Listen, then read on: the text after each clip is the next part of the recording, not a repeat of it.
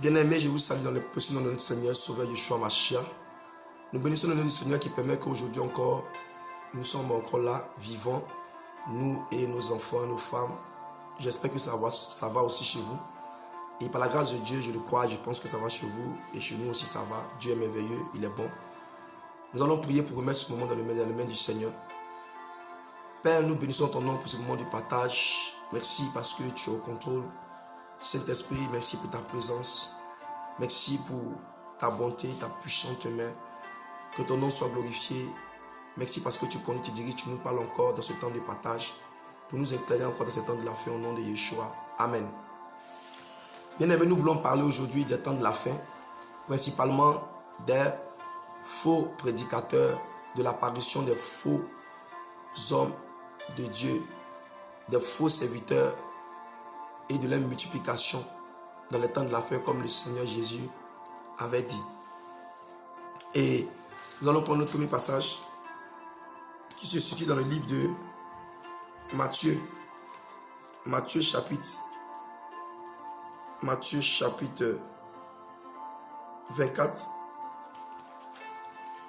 Matthieu chapitre 24.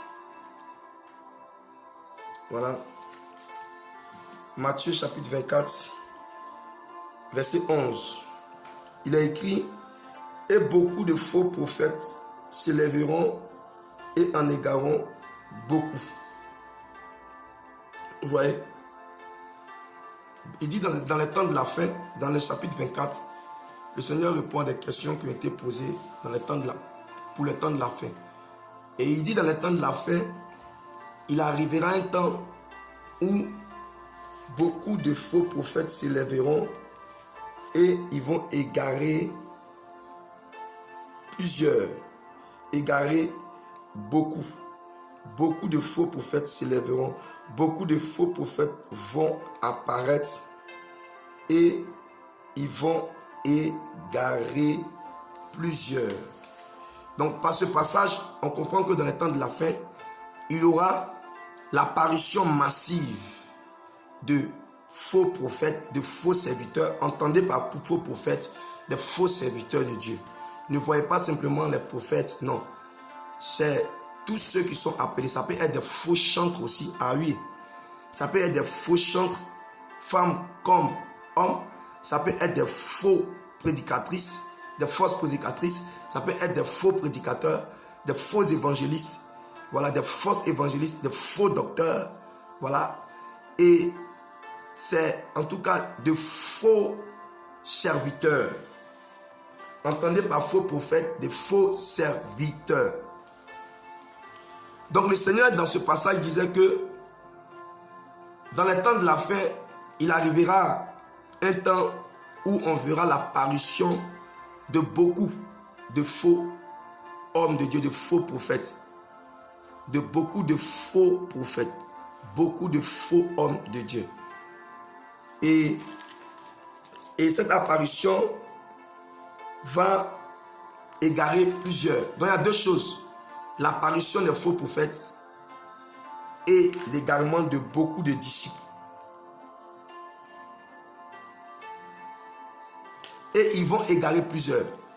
Donc on voit ici que le but de cette apparition, le but de l'apparition de beaucoup de prophètes dans le temps de la fin, c'est pour égarer. Et effectivement, c'est pour égarer. Parce qu'on le voit aussi dans le livre d'Éphésiens, Éphésiens chapitre 4. Éphésiens chapitre 4, le verset. Quand on lit dans Éphésiens chapitre 4, Éphésiens chapitre 4, verset. Je vais vous donner le passage, le verset. Éphésiens chapitre 4, verset 14. Il est dit: afin que nous ne soyons plus des enfants ballottés par les vagues et emportés ça et là à tout vent de doctrine par la tromperie des humains, par leur habileté dans l'art de l'égarement. Vous voyez? Leur habileté dans l'art de l'égarement. Donc, les faux prophètes, c'est aussi les êtres humains. Les êtres humains qui se réclament disciples ou serviteurs de Jésus-Christ. Ils sont habiles dans l'art de l'égarement. Quand on parle de l'habileté, on parle de la ruse. La ruse, C'est l'ensemble des moyens vraiment utilisés, l'ensemble des astuces utilisées pour tromper de façon habile. C'est tout, la rue, c'est tout ce qui est habile, tromperie, astuce. L'ensemble des moyens vraiment employés de façon habile pour tromper, pour égarer. C'est la ruse. Donc, dans les derniers temps, le Seigneur est en train de dire par là à ses disciples que il arrivera un temps où il y aura sur cette terre beaucoup d'êtres humains se réclamant disciples, mais qui seront des faux, beaucoup de faux, de menteurs, de cupides. Les faux, c'est les cupides. Les faux, c'est ceux qui prêchent pour leur ventre. Voilà. C'est ceux qui ont pour Dieu leur ventre. C'est ceux qui cherchent à s'enrichir. Voilà. À devenir célèbres. C'est ça les faux. C'est ceux qui utilisent la parole de Dieu pour leur ventre, pour s'enrichir, pour devenir célèbres. C'est ceux qui utilisent l'évangile du royaume des cieux, le nom de Jésus, pour s'enrichir, pour devenir célèbres, pour arriver à leur fin. Et il y aura assez. Et aujourd'hui, par la grâce du Seigneur, nous voulons vraiment parler de cela. Parce qu'il y a tellement de faux, et c'est tellement subtil, c'est ça le problème. C'est tellement subtil, c'est habile. Ils sont très habiles, comme on vient de le lire dans Ephésiens 4, verset 14. Ils sont très habiles pour égarer, parce qu'on a bien vu que dans Matthieu 24, verset 11, on a bien vu que les faux vont apparaître pour égarer et en égareront beaucoup, plusieurs. Donc leur apparition sera pour égarer, mais égarer dans l'art de l'habileté. Ils vont égarer de façon habile. Habile, qui est subtil, qui est rusé, qui est trompé. Et donc, si on ne s'appuie pas sur la parole, bien sûr, nous invitons par cette vidéo aussi encore à ne pas vous confier en quelqu'un. Il y a tellement de faux, mais à vous confier en Jésus-Christ et de faire ce que lui vous dira. Si vous orientez vers quelqu'un, oui, mais de ne pas prendre des initiatives ou de ne pas écouter des gens, des êtres humains. Les êtres humains sont devenus faux. Nous, les êtres humains, nous sommes faux. Nous, les êtres humains, on a tellement de faux ici sur la terre. Actuellement, nous sommes dans les temps de la fin. Il y a tellement de faux êtres humains, tellement de faux êtres humains qui se réclament membres du corps de Jésus-Christ, qui sont faux, qui se réclament membres de l'église, qui sont faux. Ce sont des faux frères. Des gens qui n'ont rien compris et des gens qui, de manière volontaire, ont choisi ce chemin. D'autres aussi qui sont des démons en forme humaine, d'autres aussi qui sont qui ont fait des pactes avec le diable et qui veulent tout ça pour égarer au fait. C'est pour égarer ceux qui font leur effort de manière réelle. Pour égarer. Mais qu'est-ce que le Seigneur Jésus nous a dit concernant cela? Qu'est-ce qu'il a dit? Comment devons-nous reconnaître ces faux? C'est de ça que nous voulons parler aujourd'hui. C'est pourquoi je disais que nous allons parler des temps de la fin, mais des faux prophètes, mais plutôt de comment les reconnaître. Précisément de comment reconnaître les faux prophètes. Qu'est-ce que Jésus-Christ a dit? Ça, nous voulons apporter un point. Un point qui, moi aussi, depuis longtemps, m'a trompé. Et je pense que qui trompe beaucoup aussi. Nous voulons apporter un point, un détail bien précis, un détail saillant pour éclairer notre lanterne, pour éclairer vraiment notre marche, pour apporter un point d'éclairage, oui, au niveau de ce que nous savons par rapport à Jésus-Christ. Et nous allons voir ce que Jésus a dit concernant les faux docteurs, évangélistes, les cupides. Comment devons-nous les reconnaître? Comment ferons-nous, nous qui essayons par la grâce du Saint-Esprit, qui ne méritons même pas cette grâce-là de pouvoir prononcer le nom de Jésus, nous qui essayons de chercher réellement, et je le crois que vous aussi, vous le cherchez réellement, des femmes, des hommes, dans tous les quatre coins de ce monde, qui cherchent réellement Jésus-Christ, sont en train d'être égarés, sont en train de dévier par la faute de ces faux docteurs, faux évangélistes, faux prophètes, faux pasteurs, faux diacres, faux diaconettes, fausses chantes, faux chantes, par la faute de ces personnes-là qui sont nombreux déversés, envoyés par le diable, par l'esprit de la bête, qui travaille l'esprit de la bête pour égarer. Le but, c'est pour égarer. Et comment devons-nous les reconnaître dans ce temps de la fin? Parce que nous sommes dans le temps de la fin. Et dans le temps de la fin, c'est ce qui va arriver. Et c'est là, on est là et on les voit. Mais comment devons-nous les reconnaître? Parce qu'il y a beaucoup qui lisent leur Bible. Il y en a qui font la vie de méditation de manière régulière, qui prient, mais qui n'arrivent pas, qui se font bénir. Mais comment Et le Seigneur va nous éclairer encore aujourd'hui. Le Seigneur va nous apporter encore des points d'éclairage. Nous allons prendre la parole. Concernant les faux prophètes, c'est ce que Jésus a dit. Parce que Jésus a dit, il a dit, pourquoi m'appelez-vous Seigneur, Seigneur, et ne faites-vous pas ce que je dis.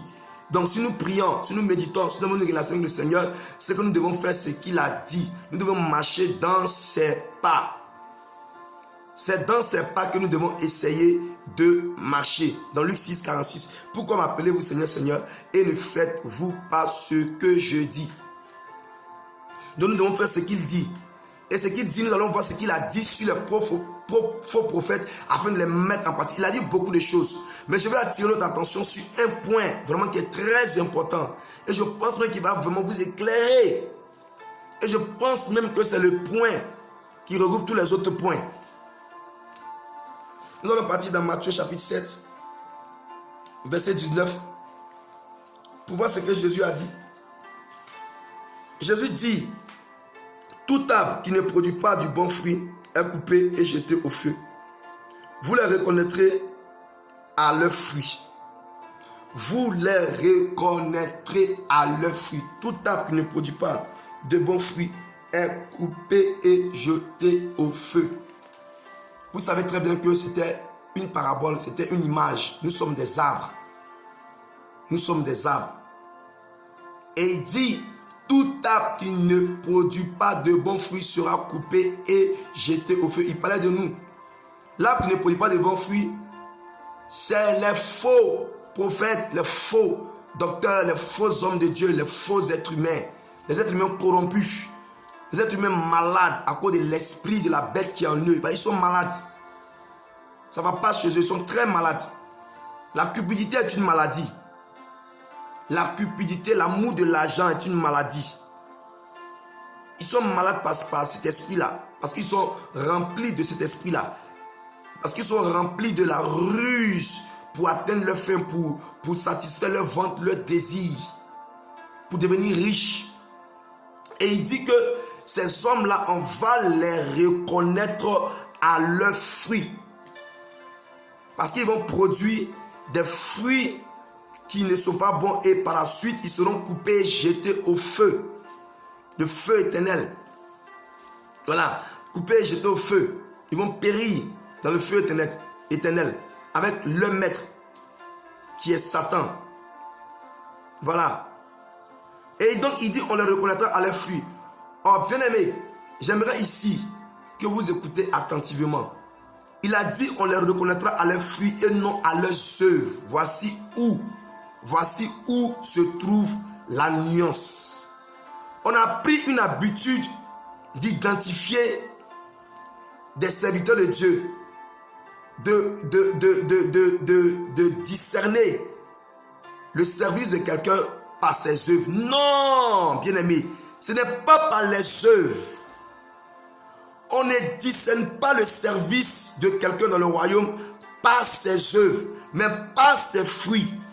Dans le Seigneur, on ne discerne pas. On n'éprouve pas, comme il a dit dans 1 Jean 4. Nous allons prendre la parole. Écoutez très bien cette partie. Écoutez très bien. Écoutez très bien. 1 Jean chapitre 4, verset 1.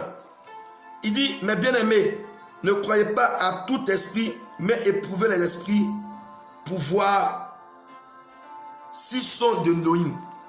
Ces faux-là, ils sont possédés. Être possédé, c'est pas une méchanceté. Hein. C'est pas démoniaque. Nous, on est possédé de l'esprit de Dieu. Être possédé, c'est être contrôlé, être envahi. Nous, on est possédé de l'esprit de Dieu, on est envahi, on est contrôlé par l'esprit de Dieu. Mais eux sont possédés de l'esprit de la bête, de l'antichrist, pour égarer. Nous, c'est pour remplir le royaume par le Saint-Esprit, bien sûr, pas par notre force. C'est pour envoyer le royaume. Eux, c'est pour faire sortir les gens du royaume. Vous voyez la différence? Donc, je disais, on doit éprouver. On n'éprouve pas. On doit éprouver, c'est discerner aussi. On ne discerne pas l'esprit de quelqu'un, l'esprit qui habite en quelqu'un, ou ou le service de quelqu'un dans le Seigneur, on ne prouve pas quelqu'un en fonction de ses œuvres. C'est l'erreur qu'on fait. C'est l'erreur qu'on fait, bien-aimé. C'est l'erreur qu'on fait. On ne prouve pas. Même Paul nous a dit je vais prendre dans 1 Thessaloniciens 5. Bien-aimé, faisons beaucoup attention. Faisons beaucoup attention. Faisons beaucoup attention.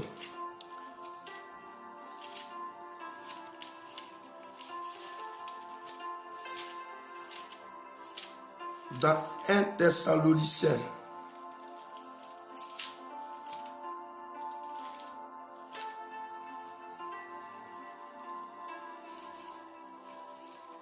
Oh mon Dieu.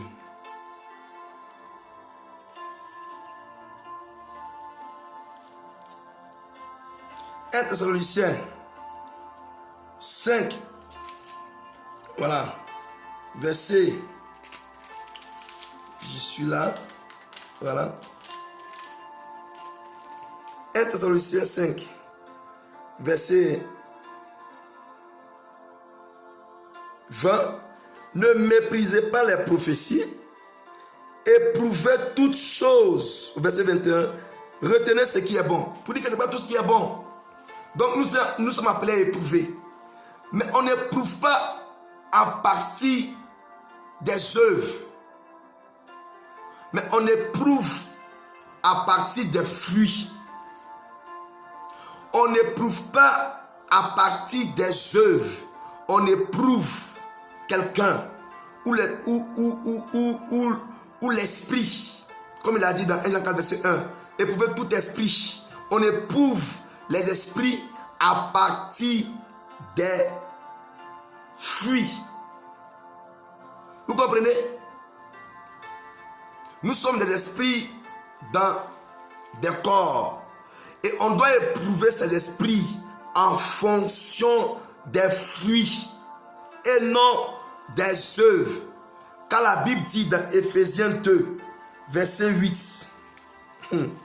La parole est magnifique, mes bien-aimés. Éphésiens 2, verset 8. Nous sommes sauvés.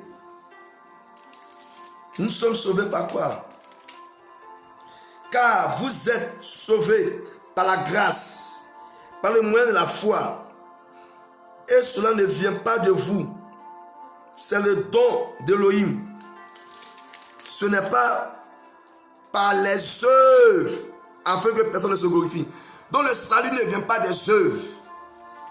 Or, ces faux docteurs et ces faux prophètes, ces faux pasteurs, ces faux chantres, ces faux adorateurs, ces faux diacres, ces faux diaconesses, ces faux frères visent à nous égarer, nous éloigner du royaume, nous faire perdre le salut. Or, notre salut ne dépend pas de nos œuvres, mais c'est par la grâce. Donc, ne prouvons pas les esprits par. On ne prouve pas dans le monde spirituel. Dans le monde spirituel, les esprits ne sont pas éprouvés en fonction, en fonction des œuvres. Non. C'est en fonction des fruits. Comme on parle d'esprit, on parle de fruits. C'est pourquoi dans Galates 5, verset 22, on dit les fruits de l'esprit. Ici, on parle de l'esprit de Dieu. Les fruits de l'esprit. Les fruits de l'esprit. On n'a pas dit les œuvres de l'esprit, vous comprenez? C'est en fonction des fruits qu'on éprouve l'esprit. Dans notre royaume, le fruit de l'esprit, l'Esprit Saint, l'Esprit de Jésus, c'est l'amour.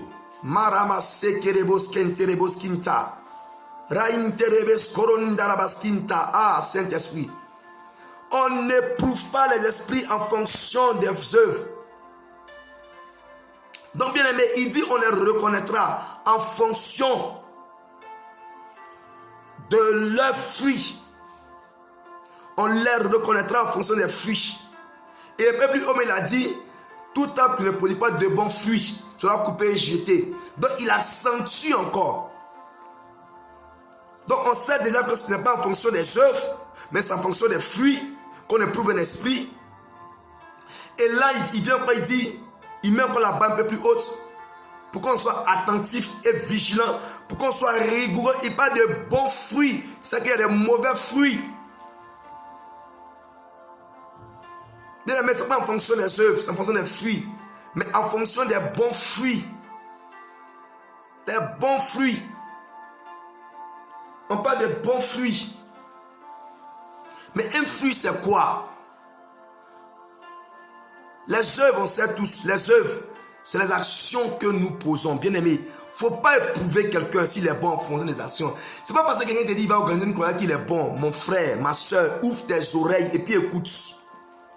Ce n'est pas parce que quelqu'un te dit les chrétiens et qu'il pose des actes comme il organise des croisades ou il organise vraiment des rencontres entre des frères ou vraiment il aime chanter.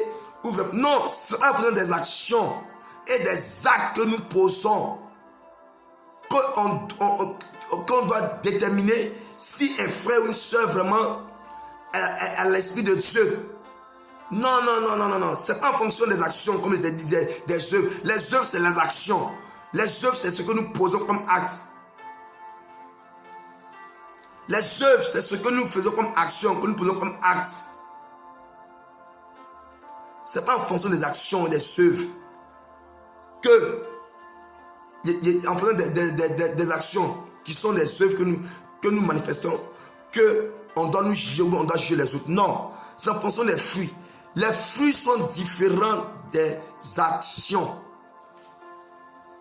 Quelqu'un va organiser une croisade, une veillée, des prières, ça ne veut rien dire. Des moments de jeûne, ça ne veut rien dire. Il dit c'est pas les fruits. On ne juge pas quelqu'un, on ne discerne pas si quelqu'un est de Dieu ou pas en fonction de ses œuvres. Bien aimés, ouvrez bien les oreilles. C'est pas de ses actions. Et moi, ça m'a trompé autrefois. Les actions que les gens posent, quand on voit des serviteurs de Dieu, quelqu'un qui s'élève, il dit il prétend être serviteur de Dieu. Il commence à prier, on voit des miracles, on voit des choses, il pose des actions, on voit. Ce n'est pas en fonction de ça, ce qu'il pose comme action. Ce n'est pas en fonction de ses œuvres. Non, ce qu'il fait, non. Parce que ce ne sont pas les œuvres qui nous ont sauvés. C'est la grâce d'abord. Et on n'est pas sauvé par les œuvres. Donc, quelles que soient les œuvres que nous posons, ce n'est pas ça qui va nous sauver. On est sauvé par la grâce. Donc, pour reconnaître quelqu'un qui n'est pas bon, un faux, ce n'est pas en fonction de ses œuvres qu'on peut savoir s'il est bon. Parce que les œuvres sont trompeurs. Les œuvres là sont trompeurs. Un faux peut venir et puis agir. Vous voyez, un faux peut venir et puis agir comme un vrai. Vous voyez, regardez la parabole du blé et de l'ivraie. On ne peut pas les reconnaître. Ce n'est que vraiment à la moisson. Voilà, on ne peut pas les reconnaître. On ne peut pas les reconnaître. Mais c'est les fruits. Ce n'est pas les œuvres. Le blé et l'ivraie. Matthieu chapitre 13. On ne peut pas les reconnaître, bien aimés. On ne peut pas les reconnaître. Vous voyez? On ne peut pas les reconnaître, bien aimés. On ne peut pas les reconnaître. La parabole du blé et de l'ivraie, Matthieu chapitre 13, verset 24. Vous voyez? Il a dit non, de peur que, qu'en cueillant l'ivraie, vous ne déraciniez le blé en même temps. Laissez-les croître ensemble, tous les deux. Voilà, ils vont croître ensemble tous les deux jusqu'à la moisson. Et au temps de la moisson, je dirais au moissonneur, arracher premièrement. Voilà, premièrement, l'ivraie et lié. Vous voyez? Bien aimé, l'ivraie a apparu. On dit, mais lorsque l'herbe eut poussé, on dit, mais lorsque l'herbe eut poussé et produit du fruit, alors l'ivraie aussi apparut. Vous voyez? Donc on ne peut pas on parle toujours des fruits. Lisez bien la parabole. Vous allez voir. Donc on ne peut pas les reconnaître en fonction de leur... On ne reconnaît pas, on ne discerne pas quelqu'un. On ne discerne pas l'esprit de quelqu'un si il est de Dieu ou pas en fonction de ses actions. Frère, sœur, je te dis aujourd'hui, c'est pas parce que celui avec qui tu chemines ou celui qui dit qu'il est ton frère, qu'il aime le Seigneur, il organise des croisades, il fait des dons aux SDF dans les rues, il soutient pour les orphelins, il fait des dons aux orphelins, il prie beaucoup avec toi. C'est pas à cause de tout ça là, tu as dit qu'il est de Dieu, non. C'est en fonction de ses fruits, les fruits. Et les fruits même doivent être bons encore. Les fruits, parce que les fruits peuvent être mauvais. Les fruits. Comme je disais, les œuvres, c'est les actions. Donc ne jugez pas quelqu'un, ne discernez pas l'esprit de quelqu'un en fonction de ses œuvres, mais plutôt de ses fruits. Pas en fonction des œuvres, des actions, de ce qu'il pose comme acte. Et j'ai bien mis des exemples, je répète encore pour que vous puissiez comprendre. Ce n'est pas en fonction de ça, ce n'est pas en fonction de ce que vous voyez à vos yeux. Non. Ce qui est premier là, ce n'est pas ce qui est spirituel. Ce qui est premier, c'est les œuvres. C'est les œuvres qui sont premiers. Paul a dit ce qui est premier n'est pas spirituel. Ce qui est premier, c'est les œuvres. Ce qui est spirituel vient en deuxième, c'est les fruits. Ah, my God. Ramaseke, remascantaraboske, remeskota. Regardez un peu les fruits, c'est quoi? Qu'est-ce que c'est que les fruits? Allez voir un peu dans le Strong, vous serez étonné. Les fruits, ce sont les résultats. C'est le résultat, l'effet. C'est ça le fruit. Le fruit, ce n'est pas l'amour, hein, je vous dis. Hein. La Bible dit dans Galates 5, verset 22, le fruit de l'esprit, c'est l'amour. Ce n'est pas que l'amour est le fruit de l'esprit. Non. Regardez bien dans le Strong, faites des recherches. Le fruit, le fruit parle de résultat, la finalité. Ça parle de résultat. Ça parle de l'effet. Ça parle de l'action dans le sens de ce que ça produit finalement. Donc le résultat, l'effet. Vous voyez, l'action, par rapport à la finalité, l'effet qu'une semence fait. Au fait, le fruit, c'est le résultat de la semence, le résultat de l'action, de l'œuvre, le résultat. Vous voyez?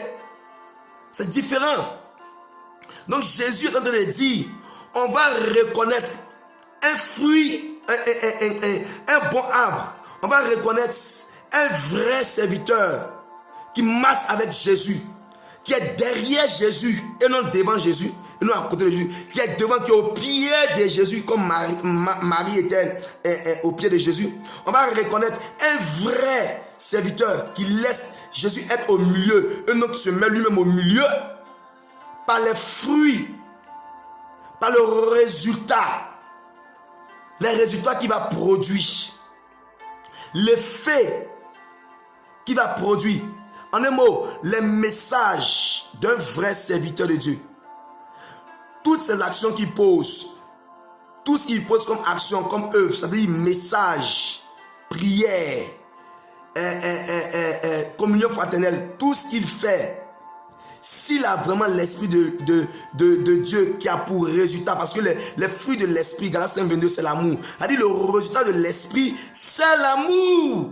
Le fait que l'esprit de Dieu fait, c'est l'amour en toi. Maramaseke, remesko ramaske, karabaski, remesko toroske te manto, o toroski meta, aya. C'est bon la parole.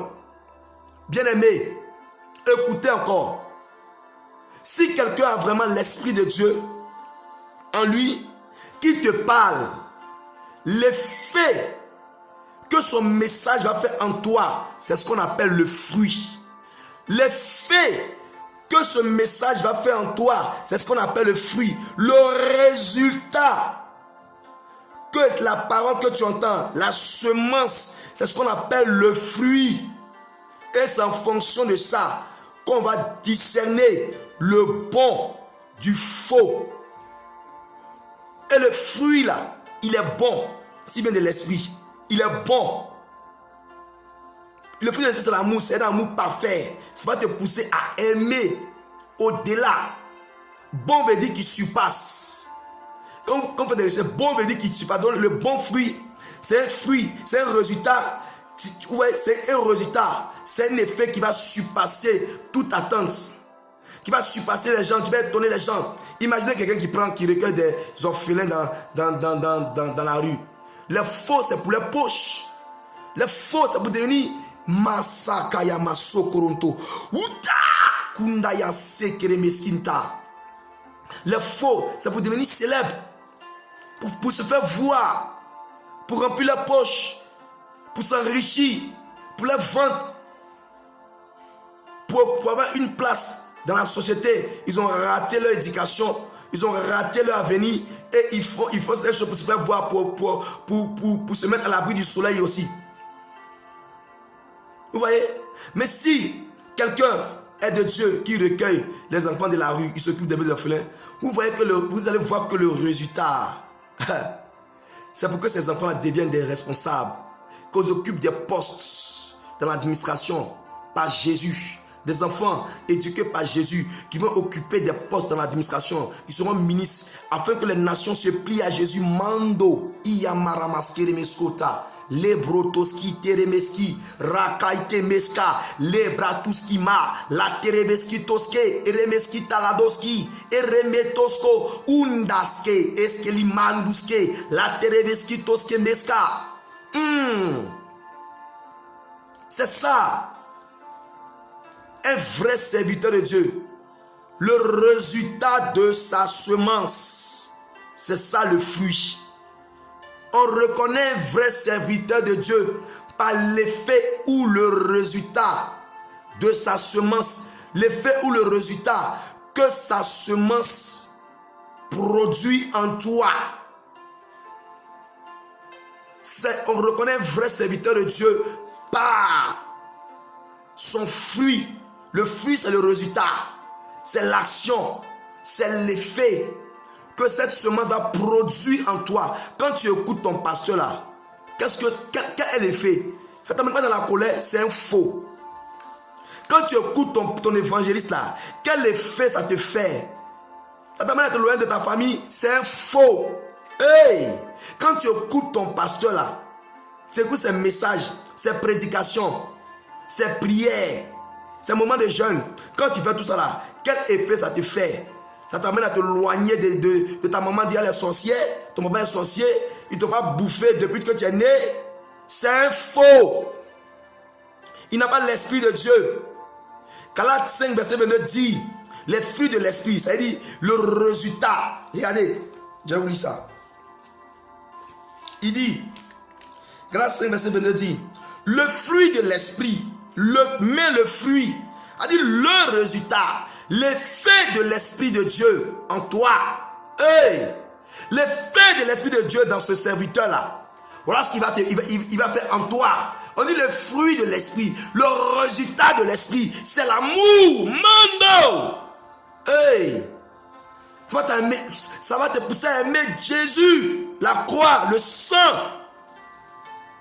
Ça va te pousser à aimer Jésus. Ça va te pousser à te prosterner. Ça va te convaincre de pécher. Tu vas voir tes mauvais actes. Tu vas pleurer. Mando! Tu vas reconnaître que tu n'es pas bon. Quel effet, quel résultat les messages que vous entendez produisent dans vos vies, ça vous amène à faire quoi? À vous éloigner de plus en plus de vos parents qui vous ont éduqué, élevés jusqu'à aujourd'hui, à ne pas les respecter. C'est des faux. Il faut quitter ces assemblées-là, je vous dis. Et si tu écoutes ce message, donne ça à quelqu'un d'autre. Qu'il puisse comprendre que là, ce n'est pas les actions, ce n'est pas les veilles de prière que les gens organisent. Bien aimé, Ce n'est pas les veillées de prière que les gens organisent. Hein. Ce n'est pas les veillées de prière, les moments de prière, des longues prières intenses. Ce n'est pas ça. Ça, c'est les actions. C'est les actions. Toi-même, quel résultat, quel effet ça fait dans ta vie? Quel est l'impact? Quel est l'impact de ces messages-là? De ces moments de prière, longues prières, de ces veillées, de ces moments de prière, de toute cette organisation-là.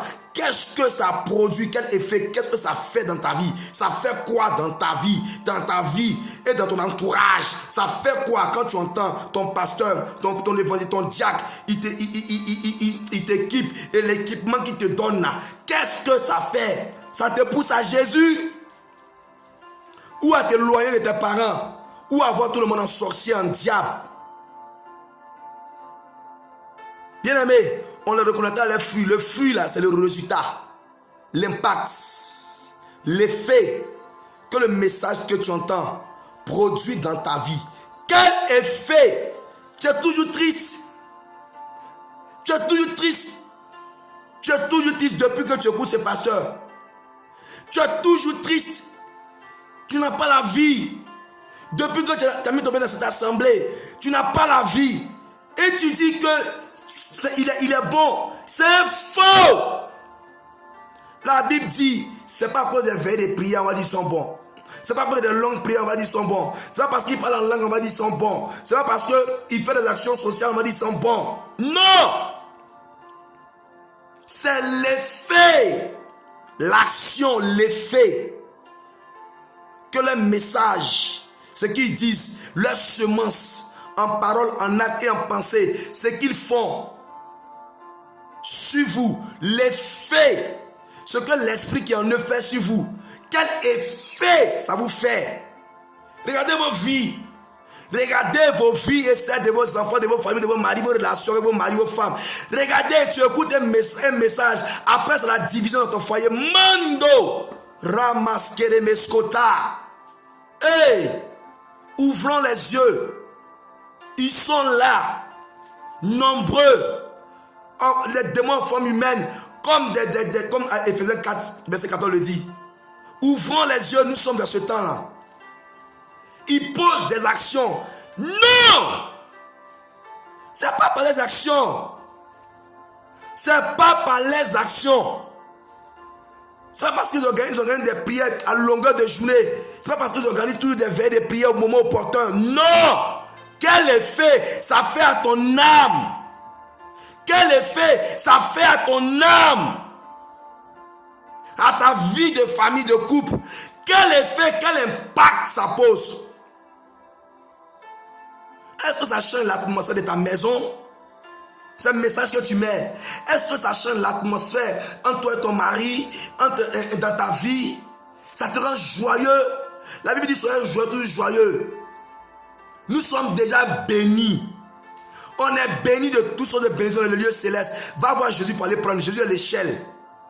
Monte sur Jésus. Il est l'échelle. Il est ce sycomore. Monte et tu vas voir le royaume. Tu vas voir le Père. Nul ne vient au Père que par lui. Arrêtons. Ouvrons les yeux, bien-aimés. Le fruit, ce n'est pas l'action. Le fruit, ce n'est pas les œuvres. Le fruit, c'est le résultat, l'effet, l'action que l'œuvre produit, que l'œuvre manifeste dans nos vies. Le fruit, c'est la finalisation, la finalité, l'action finale. Et Jésus vient encore dire, c'est être bon. Bon, ça veut dire beau, louable, admirable. Comme lui, il s'appelle l'admirable. Il est bon. Le bon fruit, c'est Jésus. Tu n'as pas compris encore? Le résultat, c'est Jésus. Le résultat final, c'est Christ. Est-ce que le message qui te prêche t'envoie à Christ? Est-ce que ce message te pousse à chercher Christ? À chercher ton Rédempteur, celui qui a versé son sang? Ou bien ce message te pousse, l'effet que ça a, c'est que tu ne puisses pas lâcher une seconde cette assemblée et ce prédicateur? C'est un faux. Le bon, c'est Christ, c'est Dieu. Le meilleur, c'est Christ. L'admirable, c'est lui. Dont le bon fruit, le bon résultat, c'est Christ.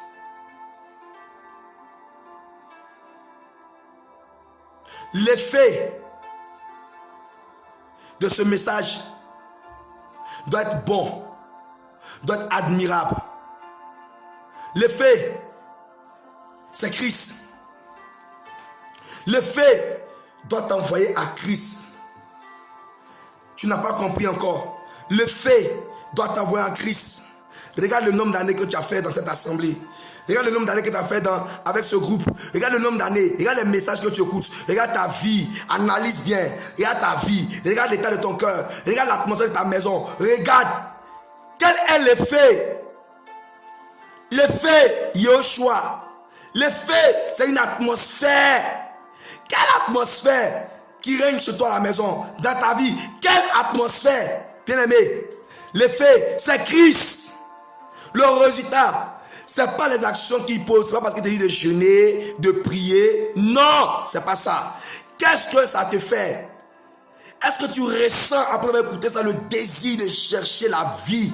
Est-ce que tu es convaincu après ça qu'il y a une vie qui existe? Il y a une vie qui s'appelle Jésus. Il y a une vie qui s'appelle Yoshua. Il y a une vie qui s'appelle la lumière, qui est Christ. Qui s'appelle la parole. Son nom, c'est la parole d'Élohim. Est-ce que quand tu écoutes ces messages, tu as une soif? Tu as une soif. Tu le cherches. Est-ce qu'on te parle de lui? C'est le résultat. C'est le résultat final. C'est de ça qu'il s'agit. On les reconnaîtra à leurs fruits. On les reconnaîtra à leurs résultats. Parce que leurs résultats, on les reconnaîtra à l'effet qu'ils font. Et le fruit de l'esprit, Galates 5, 22, le fruit, le résultat de l'esprit, c'est l'amour, la paix, la joie. As-tu cette paix? As-tu cette joie? As-tu cet amour? Parce que Christ produit l'amour. L'esprit produit l'amour. Il produit l'amour. Son résultat, c'est de nous amener à Dieu, à Jésus. Mais est-ce que quand vous écoutez ça, c'est ça? Tous les messages que vous écoutez, que nous écoutons, est-ce que ça nous envoie à Christ? Si ce n'est pas le cas, bien aimé, revoyons-nous. Tous les messages que nous écoutons, est-ce que ça nous envoie à Christ? Est-ce que ça nous envoie à Christ? Est-ce que ça nous envoie à Christ? Est-ce que le résultat, l'effet, l'action de ces messages, de ces temps de prière, de ces moments de jeûne, de les assemblées où on décrète des temps de jeûne de 1 semaine, 2 mois, 3 mois, après ça, c'est quoi? C'est encore les mêmes problèmes depuis des années qui ne finissent pas. Bien-aimé, soit c'est toi-même le problème, ou c'est ton pasteur. Soit c'est toi-même le problème. Tu refuses de marcher selon la parole. La parole là, ce n'est pas un dictionnaire, ce n'est pas un roman. C'est un livre inspiré par l'Esprit de Dieu. C'est un livre spirituel. Demande-lui d'ouvrir ton esprit, comme dans Luc chapitre 24, verset 45. Il a ouvert l'esprit des disciples qui comprennent la parole. Demande-lui pour que tu comprennes. Soit c'est toi-même, après ton orgueil, ton incrédulité, tu refuses de marcher sur la parole. Tu raisonnes. C'est ce que l'Esprit me fait comprendre. Il y a beaucoup de personnes qui raisonnent, qui sont orgueilleux, incrédules, et puis ils raisonnent. Ils vont philosopher. On ne philosophe pas avec la parole. Ce n'est pas la philosophie. Ici, ce n'est pas les études de théologie. Non. Ce n'est pas ça. Quand tu écoutes les messages de ce monsieur-là, ou de cette soeur, ou même quand tu écoutes les chants, qu'est-ce que ça produit en toi? Quel effet ça fait? Ça te fait quoi dans ton cœur? Ça te pousse à Jésus? Ou bien aller dire à ta maman qu'elle est sorcière? Ou bien aller dire à ton papa qu'il est sorcier, que c'est lui qui te bouffe la nuit? Ça te pousse à quoi? À aimer tes parents, à aider tes frères, à prier pour eux, à exercer le même ministère que Jésus a fait, à prier pour toi. Ça te pousse à prier pour toi, à prier pour les autres. Ça te pousse à te rapprocher de Jésus ou à te rapprocher de ton pasteur, ton soi-disant pasteur. Tu es devenu comme une chantre. Tu écoutes une chanson, tu veux chanter comme elle. Et puis tu penses que l'esprit qu'elle a là, cet esprit est de Dieu. L'esprit de Dieu pousse à l'amour agapéo. L'amour de Dieu, l'amour divin. Il va te pousser à aimer Dieu et à aimer ton prochain. Tu écoutes quelqu'un, tu veux devenir comme la personne. Même chose que la personne. Et puis ça ne te dit rien. Tu écoutes quelqu'un, tu perds ta paix. Tu es perturbé dans tous les sens, à tous les niveaux que ce soit. Et puis tu continues de l'écouter. Tu écoutes quelqu'un qui n'a plus la joie. Et puis tu continues de l'écouter, tu n'as pas peur. Bien aimé, on a reconnaît à leurs fruits. Et ces fruits-là doivent être bons. Bon veut dire beau, admirable, louable. Et qui est bon? Elohim. Qu'est-ce que Jésus a dit aux scribes? Seul Dieu est bon, personne n'est bon. Je résume. Seul Dieu est bon. Comment appelle-t-on Jésus-Christ dans le livre d'Ésaïe? L'admirable, le conseiller. Vous voyez? Il parlait de lui. Il disait que les vrais serviteurs de Dieu vous allez ressentir, quand ils vont vous parler là, vous allez ressentir l'envie de venir à moi. C'est ce qu'il disait. Vous allez ressentir l'envie de venir à moi, de me chercher. Parce que mon esprit là, qui sera en eux là, va vous pousser à m'aimer. Bien aimé, faisons beaucoup attention. Nous sommes dans le temps de la fin et ils sont partout. Des assemblées, des cupides, des voleurs, des menteurs. Le fruit, c'est le résultat. N'oublie pas ça. Le fruit, quand tu regardes un homme de Dieu, tu l'écoutes, le fruit, quel est l'effet, l'action, le résultat que ça produit en toi. Et ces résultats doivent t'amener à Christ. Il doit être bon. Et bon, c'est Christ. Et bon, c'est l'admirable, c'est lui. Ce résultat doit te pousser à Christ. Il doit t'amener à lui. Il doit t'amener à Christ. Quand tu écoutes un serviteur de Dieu, même si tu es dans une assemblée, que tu es actif ou active même, tu dois avoir une intimité. En fait, ce que tu écoutes là-bas doit te pousser toujours vers Christ et non vers cette assemblée. Je ne dis pas de ne pas avoir une assemblée. Mais je dis les résultats des messages, des moments de veillée et des programmes de cette assemblée doivent t'amener à Christ. Dans ton cœur, tu dois sentir le besoin de chercher la vie Christ, avoir cette intimité avec Christ. C'est de ça qu'il s'agit. C'est de ça qu'il s'agit. Quel effet, quelle action, quel impact ce programme-là a sur ta vie, de tes enfants, de toi-même. Quel impact pendant des années, quel impact. Regarde, entre en toi, examine, analyse, observe et tire un résultat pour la vie éternelle. Jésus t'appelle. C'est de lui qu'il s'agit. Il ne s'agit pas des pasteurs.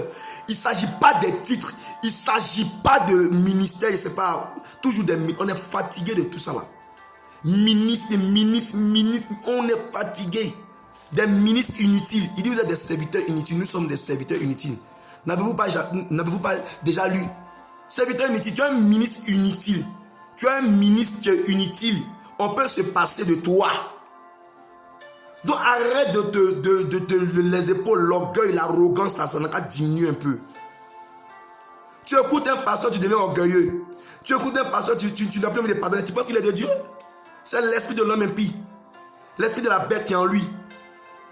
On dit le fruit de l'esprit. Hey! Le résultat de l'esprit, c'est l'amour, la paix, la joie. Est-ce que l'effet, l'impact des messages que tu écoutes te pousse à aimer Dieu, à avoir la joie, la paix, la tranquillité, quelle que soit ta situation que tu vis, à être confiante, à te confier en Dieu, quel que soit ce que tu vis? Oh frère, ma soeur, réfléchis, c'est la parole. Si tu aimes Dieu, si tu veux être sauvé, voilà comment tu dois marcher. Voilà comment tu dois discerner les faux des vrais. Des messages qui vont te pousser à Christ, à aimer, à le chercher. Des témoignages qui vont te pousser à aimer, à le chercher. Christ. Et non un être humain, et non un groupe de personnes. Non. Ce n'est pas de ça qu'il s'agit. Je ne dis pas que ce n'est pas bon. Je dis, dans les temps de la fin, il y aura des faux, des menteurs, des êtres humains remplis de fausseté, ivres de fausseté, ivres de mensonges, ivres de cupidité, ivres de mort. Ils vont propager la mort partout. Tu écoutes un monsieur, un soi-disant prédicateur, tu commences à avoir des rêves où tu te vois dans les tombes partout. C'est quoi ça, tout ça? C'est quoi ça, tout ça? Tu écoutes quelqu'un, tu commences à avoir peur. C'est quoi ça? Faisons beaucoup attention. Ils sont déjà là. Depuis la naissance de l'église, ils sont là. Les faux frères, les faux êtres humains. C'est pour égarer. Lis Éphésiens 6, verset 11. Lis Éphésiens 4, verset 14. Lis Matthieu 24, verset 11. C'est pour égarer. Les faux, c'est pour égarer. Mais comment égarer? J'ai déjà parlé de ça. J'ai parlé de la ruse. La ruse, c'est quoi? 99,99% de vérité plus 0,01% de mensonge, tromperie. Mais de manière habile. Habile. C'est ça les faux. Et quand tu écoutes tôt ou tard, tu vas voir, regarde bien dans ta vie. Le fait d'écouter, regarde bien dans ta vie. Il n'y a plus la paix. C'est le trouble maintenant. La perturbation. Le fruit. On les reconnaîtra à leurs fruits et non à leurs œuvres. Ce qu'ils posent comme action que vous voyez. Non. Ce n'est pas les organisations, ce n'est pas le programme de l'église qui dit que quelqu'un aime Dieu. Non. Ou quelqu'un est de Dieu. Non. Ce n'est pas le programme de l'église, le programme de prière. Ce n'est pas les messages. Non, on dit les fruits. On n'a pas dit par rapport à les messages. On n'a pas dit on les reconnaîtra à les messages. On n'a pas dit on les reconnaîtra à les messages. Effectivement, ils utilisent ça pour nous tromper. Ils utilisent les actions, les œuvres pour nous tromper. On les reconnaîtra à leurs fruits. Le fruit, c'est le résultat, l'effet, l'impact que le message, que le programme a dans ta vie et autour de toi. Que le Seigneur nous bénisse. Père, merci parce que tu es bon. Que tu nous ouvres nos yeux encore. Seigneur, davantage ouvre, parle-nous. Aide-nous à discerner comme il se doit les faux et de s'en éloigner. Pour ne pas être égaré du chemin étroit. Père, du chemin resserré de la porte étroite. Nous voulons rester sur ce chemin-là. Aide-nous, Père. Aide-nous, Père. Aide-nous. Aide-nous, Seigneur. Aide-nous. Aide-nous, Père. Moi, le premier. Car nous sommes aveugles. Nous ne voyons pas. Nous n'écoutons pas, orgueilleux, remplis d'orgueil. Nous sommes contaminés. Oh. Surtout les femmes, Père. Aie pitié. Délivre-nous. Délivre-nous. À cause des messages, les familles sont détruites. À cause de certains faux, les familles sont détruites. Saint-Esprit localise et délivre. Au nom de Yeshua Mashiach. Iramaske interemesko tarabaske erebeske televeskontoske lebranduski manduske lendoske lepelendosko toske remiskita remeskorondoski teledoski mantosko teremeski raintalados kolondeski mantosko eske mandu kuramaske lendoski remiskita libranduleske librotoske me mande rebeskintosko o taramaskinta endura maskele meskoto enduroski mande rebeskotos ke meska yantos ke meska latos kira rai tukura maske yi kundu karamande rebeskontos ki. Aie pitié de nous, Seigneur. Fais-nous grâce. Nom de Jésus. Amen. Voici un peu le message. N'oubliez jamais. Le partage, n'oubliez jamais. Ce n'est pas par les actions que nous vous voyez avec vos yeux. Ce n'est pas par les actions. On les reconnaîtra à leurs fruits et non à leurs actions. Et leurs messages. Non, c'est trop facile. C'est à leurs fruits. Et leurs fruits doivent être bons. On les reconnaîtra à leurs fruits. C'est de ça qu'il s'agissait. On les reconnaîtra à leurs fruits, à leurs résultats. L'impact, le résultat, c'est l'impact, l'effet. Le résultat, pas de l'effet. L'effet, l'impact. Faites des recherches, vous allez voir. Que le Seigneur nous bénisse. Amen.